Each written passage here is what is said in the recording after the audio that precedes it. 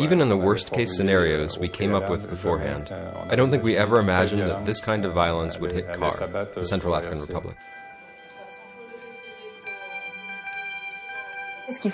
Should we be asking for more international intervention or less international intervention? Should we say the word genocide so all this stops? Or is saying the word genocide useless?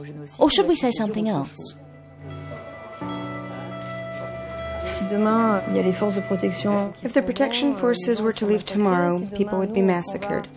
If we were to leave tomorrow, I know we don't play a role in protection, but when we're here, I think some people may hesitate. But I don't think we should fool ourselves about being able to stop people from massacring other people.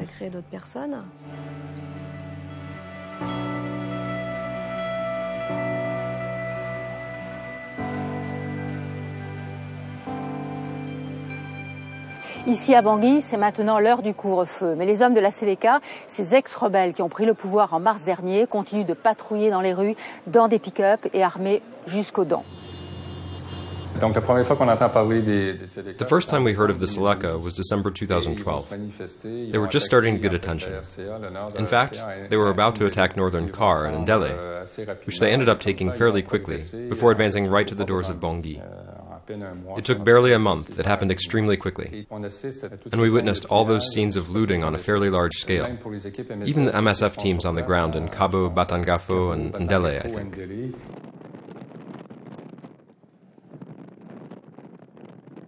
When the Seleka offensive began, MSF was already firmly established in the country. It was not the first time they had faced outbreaks of violence or abuses by armed opposition groups. They also knew that in cases like this, the villages would form self-defense groups, which is how Central Africans ensure their own safety, since the state was offering little protection. But this time, the armed Seleka managed to take power. There was no doubt in our minds that the Seleka would take over the whole country. Would that mean that all the looting and human rights abuses happening in that area would spread all over the entire country? The answer, of course, was yes. We saw that right away when Bangui fell. And then it spread over the entire western part of the country. Le quartier Boyrab à majorité chrétienne, un bastion aussi des milices anti-Balaka. Si le gros de la troupe n'a que des machettes et des arcs, un certain nombre d'hommes disposent de réelles armes de guerre. What happened fairly soon after the Seleka took power was a kind of polarization, which set in gradually, but became increasingly obvious as Seleka abuses became widespread. It was the response of the self-defense groups to that violence. The self-defense groups took their name from the colonial period, anti-Balaka. Faced with the violence of the Seleka, the vast majority of them Muslim, this disparate collection of villagers and ex-soldiers became the defenders of the Christian population. And that would lead to systematic fighting between the anti-Balaka and the Seleka. Right from the start, we could foresee what would come later, that is, problems getting access to both the Christian and Muslim populations. When they arrived in the villages, the Seleka, some historical opponents of the government, some mercenaries from neighboring countries, and some simply bandits, would loot and burn houses and wound and kill villagers. And often, the villagers had no choice but to escape into the bush. They survived on whatever they could find and lived without any protection.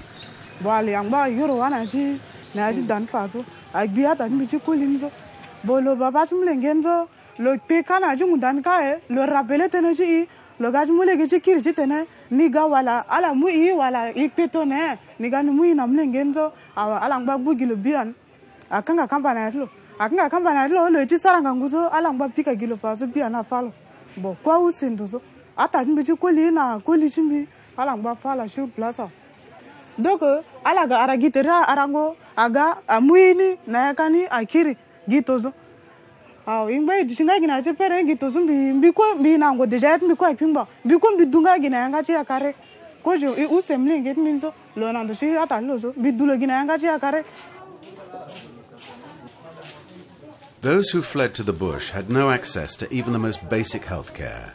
To help them, MSF opened a project in the east, in Bria. It provided care for the children, particularly during the malaria peak.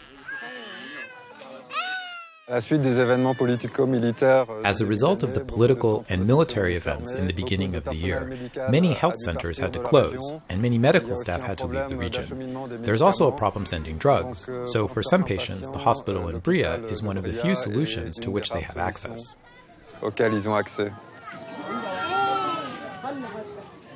Initially a power struggle, the conflict turned religious.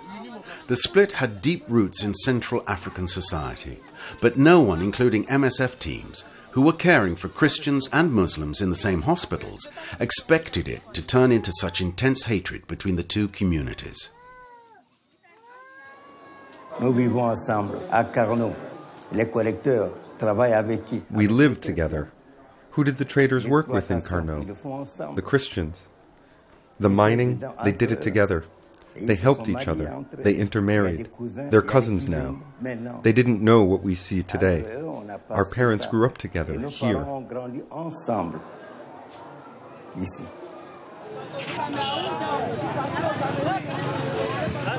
De façon historique, historically, yes, there are Christian communities and Muslim communities, and they've always gotten along. But it's also true that most of the Muslim community is in the north and northeast, and if not, in the east. The political power has always been held by the president, so to speak, the president or dictator, but by Christians. And the economic power was overall, not exclusively of course, but more, managed by Muslims. So while the situation may have lent itself to everything that's happening now, again, given the scale of all these events and the future repercussions, I think someone would have to have been very shrewd to have foreseen this huge disaster.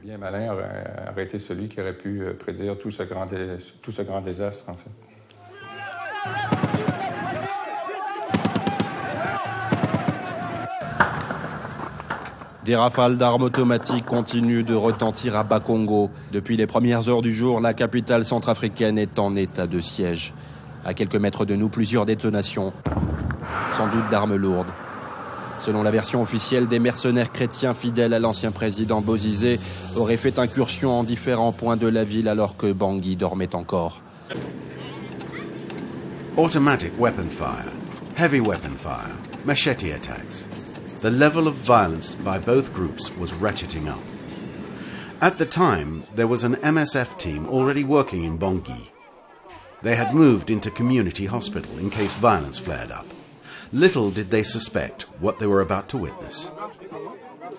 On the morning of December 5th, we were awakened by sustained gunfire, which started at about 5:30 in the morning, until I'd say about 9 o'clock, but I really don't have a timeline for that day, because very quickly we decided to go to community hospital, where we had already started setting up a few days earlier. We had realized that the anti-Balaka would end up attacking Bangui.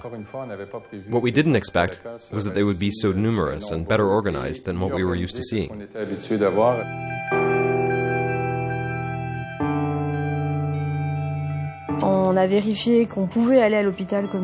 We checked to make sure that in terms of security, we could go to the community hospital, that there weren't Seleka everywhere in the city who would stop us from getting through.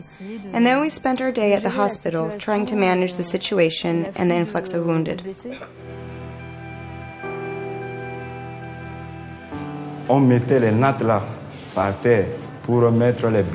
We laid mats out on the floor for the wounded. We left just enough room down the middle for doctors to get around and treat patients.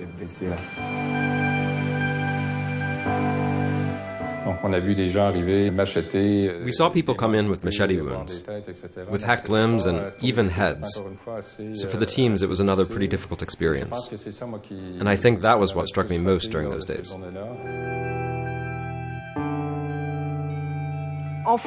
Actually, on December 5th, we were all taken by surprise. I think we took in 120 wounded. Le propre de ces situations, on se retrouve à l'épicentre des violences comme ça. What's different about these situations where we find ourselves at the epicenter of violence like that is that events go very, very quickly.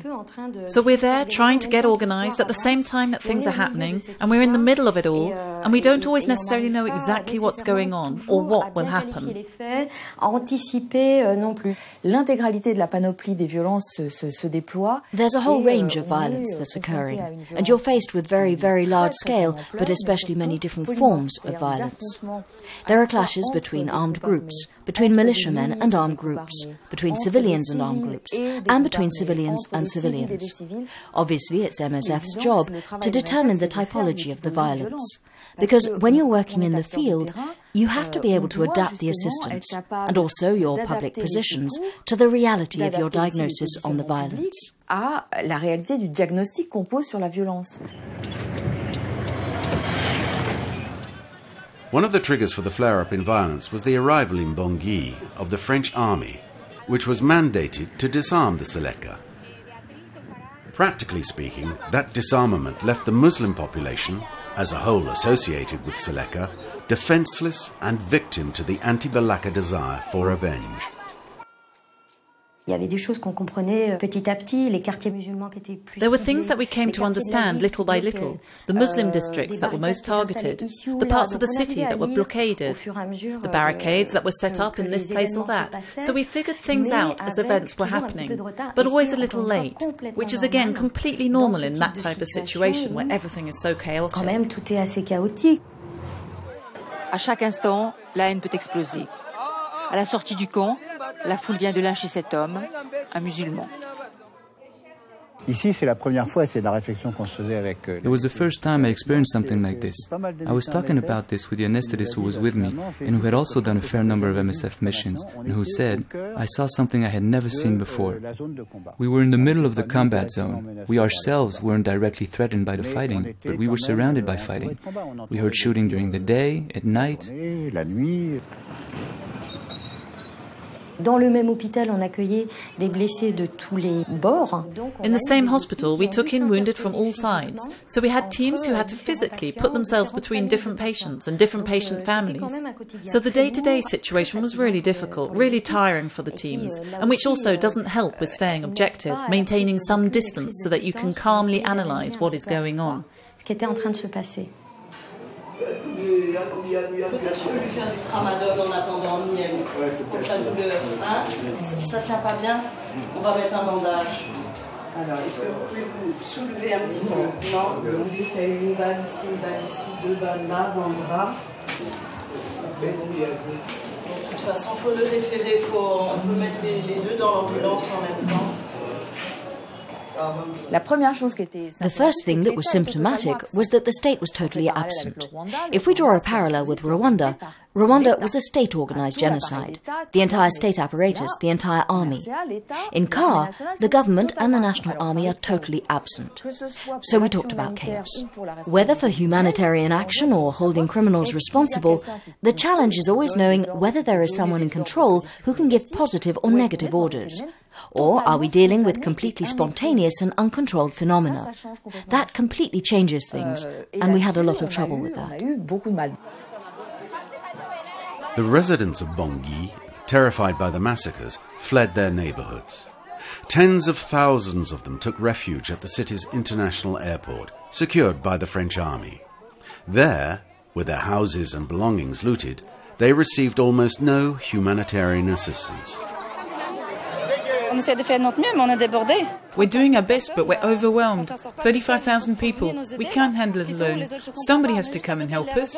Where are the others? I don't understand. We're right next to the airport. It's not like they don't know. Le 10 janvier, le président Jotodia a démissionné. On January 10th, President Jotodia resigned, and it really seemed as though the situation was reversed, especially in the west, where the Seleka were fleeing and heading back to the north, but using a scorched earth policy. So looting, stealing, and burning villages, and the Christian populations were fleeing into the bush. And then the anti-Balaka began arriving in the villages, targeting the Muslim populations more specifically.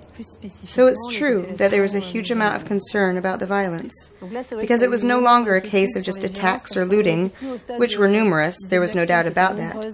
We were starting to wonder whether an entire community was going to be massacred. At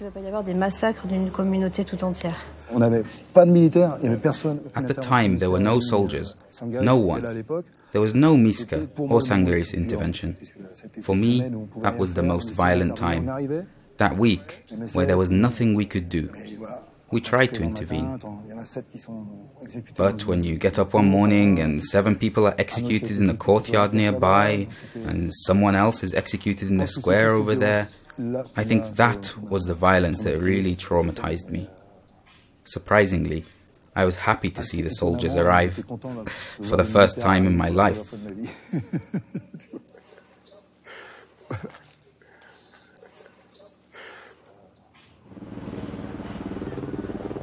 La force Sangaris a sorti l'artillerie lourde, à chaque carrefour des blindés, dans chaque ruelle des hommes à pied. Beaucoup parmi nos équipes disaient que notre communication... Many on our teams were saying that our standard message calling for hospital security and ignoring the rest of the population was off course. And they explained that the lack of foreign troops to establish order in the country was the cause of this disorder. And even some people in the field were insisting that MSF, the institution, call publicly for more foreign troops to bring order to the country. Insister que MSF, l'institution, doit publiquement faire appel à des troupes étrangères supplémentaires pour établir l'ordre dans le pays. Questioning then began within MSF. Despite the perverse effect of the disarmament conducted by the French army, on several occasions the teams observed that the presence of international forces, whether French Sangaris or African Miska, helped prevent massacres. In that context, was it MSF's role to publicly ask for a stronger military presence? Par exception, on ne fait pas appel aux armes. As a rule, we do not call for arms. We don't know what the consequences a military intervention might have in a given country. While it's true that foreign military interventions have on occasion had good results, things can often go badly as well. Mais souvent aussi, ça se passe mal. There was debate at the various MSF operational centres. The French section ended up questioning the setup of the international forces, clearly incapable of protecting the Muslim population whose lives were in danger.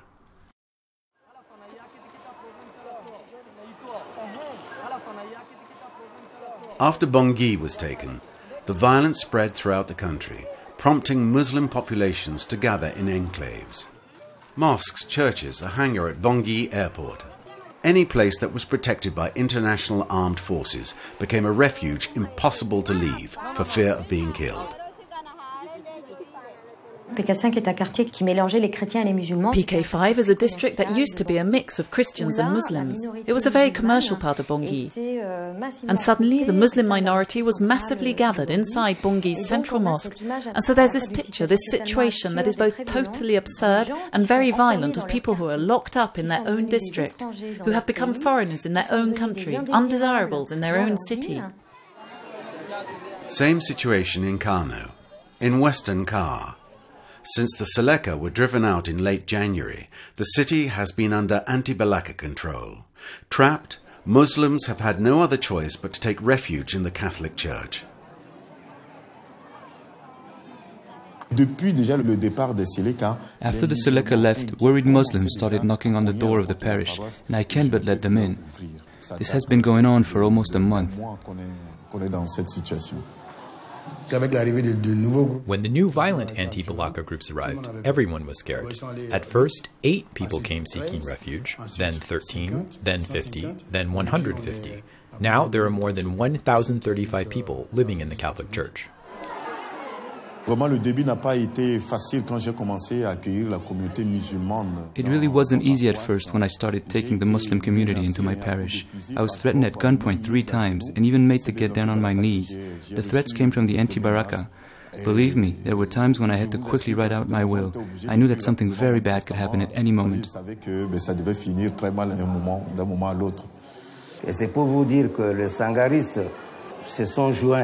Now that the Sangaris have come join their Miska brothers, we can sleep.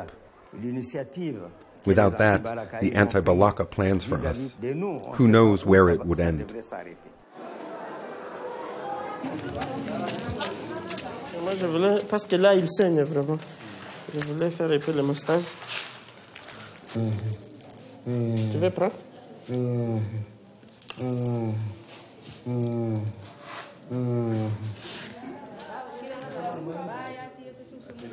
Papa, tu t'appelles comment? Je m'appelle Auguste. Auguste? Ouais. Tu as été blessé quand? C'était quand? The divide that exists in Karno has direct consequences for the MSF team working in the hospital.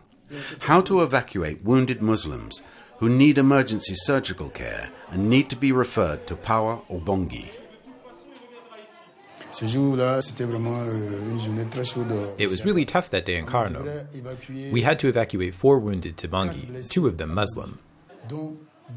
And we knew that the tensions were running high. It would be really difficult to get the Muslims through the anti-Balaka stronghold to the airstrip, but it was the only way through.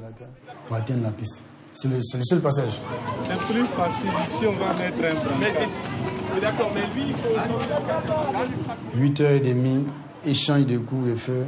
At 8:30 in the morning, there was gunfire in front of the entrance to the church, and a Miska soldier was shot. The Miska soldiers were really tense, and then 50 meters away, more than 50 armed men, anti-Balaka, at the ready, saying they were going to attack the church. And we had to get past to get to the airstrip. We got there. They stopped the car, both vehicles. No, the Miska soldier can't pass. The Miska soldier can't pass. I said, there is no Miska soldier. There are no soldiers inside. I got out to negotiate with the leader who was there. That took 10 minutes.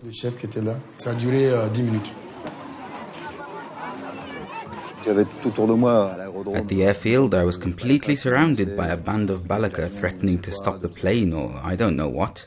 It's a tough moment because you're all alone with all these wild people in wigs.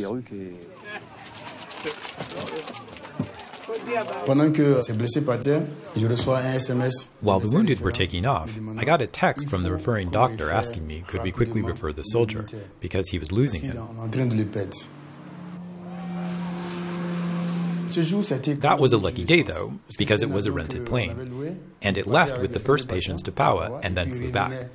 So I had 50 minutes to convince all those anti-Balaka, and when I got to their base, there were more than 300 of them.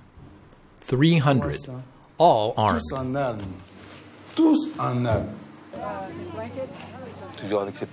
Even with all the pressure of the anti-Balaka looking for the soldier, we managed to get him out along the famous small road with fear in our stomachs.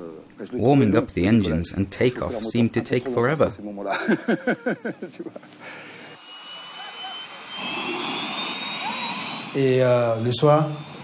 And that night, we got a call from coordination, from the Medco, telling us the soldier you referred to Bangui was bleeding like crazy, fractured femur, ruptured femoral artery.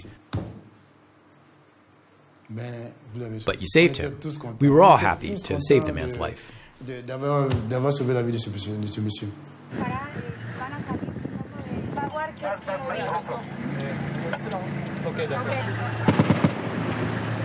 Entre la voiture en marche arrière là. Attention, il va bouger la voiture. Partez là au milieu. While MSF teams occasionally have to deal with these dangers on the roads, the Muslim population faces them all the time. In places like Bozoum, for example, where we did consultations in the Muslim district, some people who needed to be hospitalized were treated right there, because they didn't want to go to the hospital for fear of being attacked and killed on the way. It was pretty much the same thing at the big mosque in Bangui, where hospitalizations, aside from surgery for special cases, were done on the spot if needed. The Muslims' fear was due partly to the trauma and violence they'd experienced over the past few weeks, but also to a very real risk of being attacked and killed if they left their district. Faced with the violence of the anti-Balaka, Muslims who could do so left the country in convoys. In late February, 1,000 of them crowded into the transit center hangars at Bangui Airport, waiting to be let on to one of the trucks that would take them to Chad or Cameroon.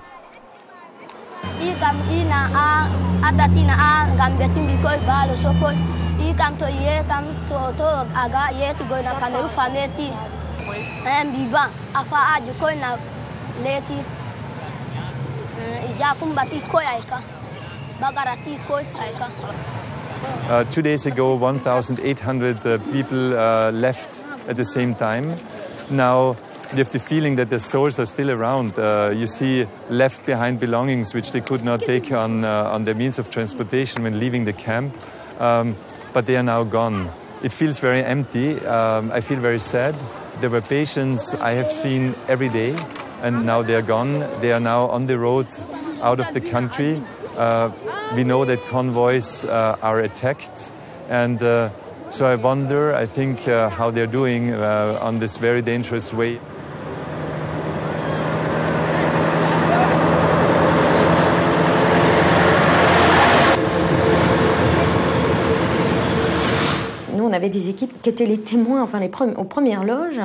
We had teams that were there, who were first-hand witnesses, and who watched the exodus, powerless. It happened so fast, so suddenly. They were a little helpless too in how to recount what they saw.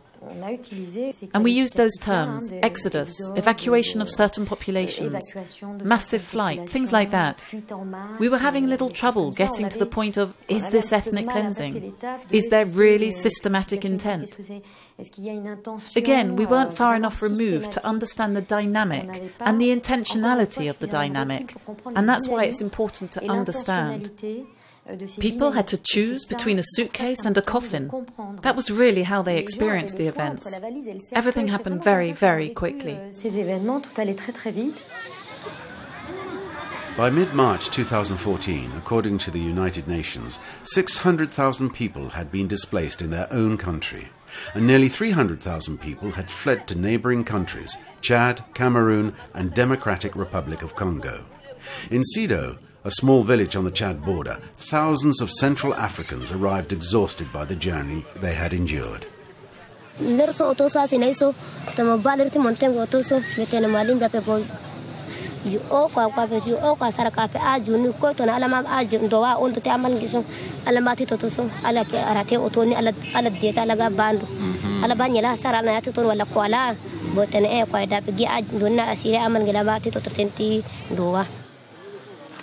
Finally, safe in Chad, the Central Africans faced a new problem.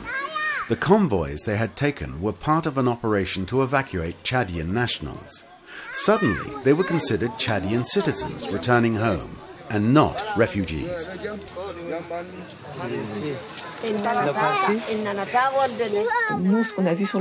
What we saw in the field was that the overwhelming majority of the people we met claimed to be Central Africans. The aid system is often organized according to people's status. For example, the Office of the High Commissioner for Refugees has a special mandate for refugees. That doesn't mean that it can't help other people, but it has an obligation, not just a possibility, but an obligation to help people who are fleeing their country on account of persecution. Considering them Chadians allows them to offload its responsibilities a bit, as if they don't exist, even though there are people today in great need who need relief and that relief is not deployed.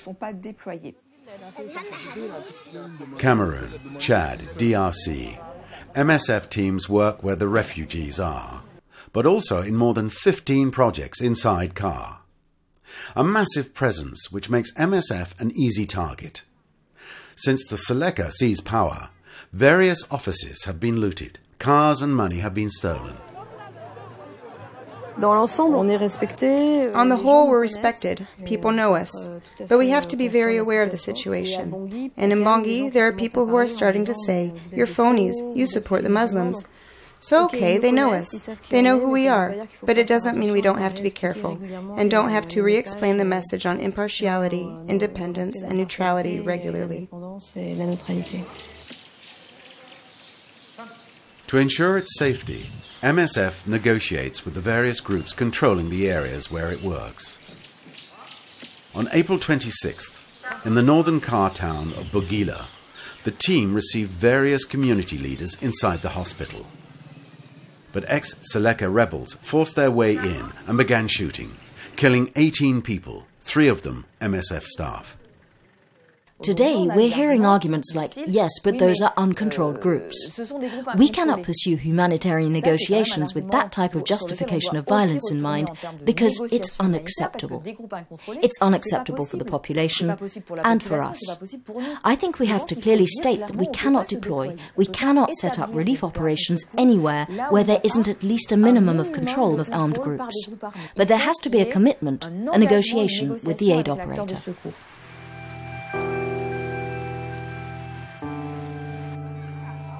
Offering care to the Muslims taking refuge in the enclaves, dealing with the consequences of the rainy season for the tens of thousands of people living in camps, caring for the hard-to-reach displaced people in the bush, working wherever the needs are without placing humanitarian workers at risk. MSF's operations in Kar are a real dilemma. The crisis is not going to end anytime soon. After more than a year of conflict, MSF finds itself asking, how do we continue to work in these conditions? It's a huge operational challenge, being constantly on the alert for emergencies or violence that can erupt, just like that, in different parts of the country.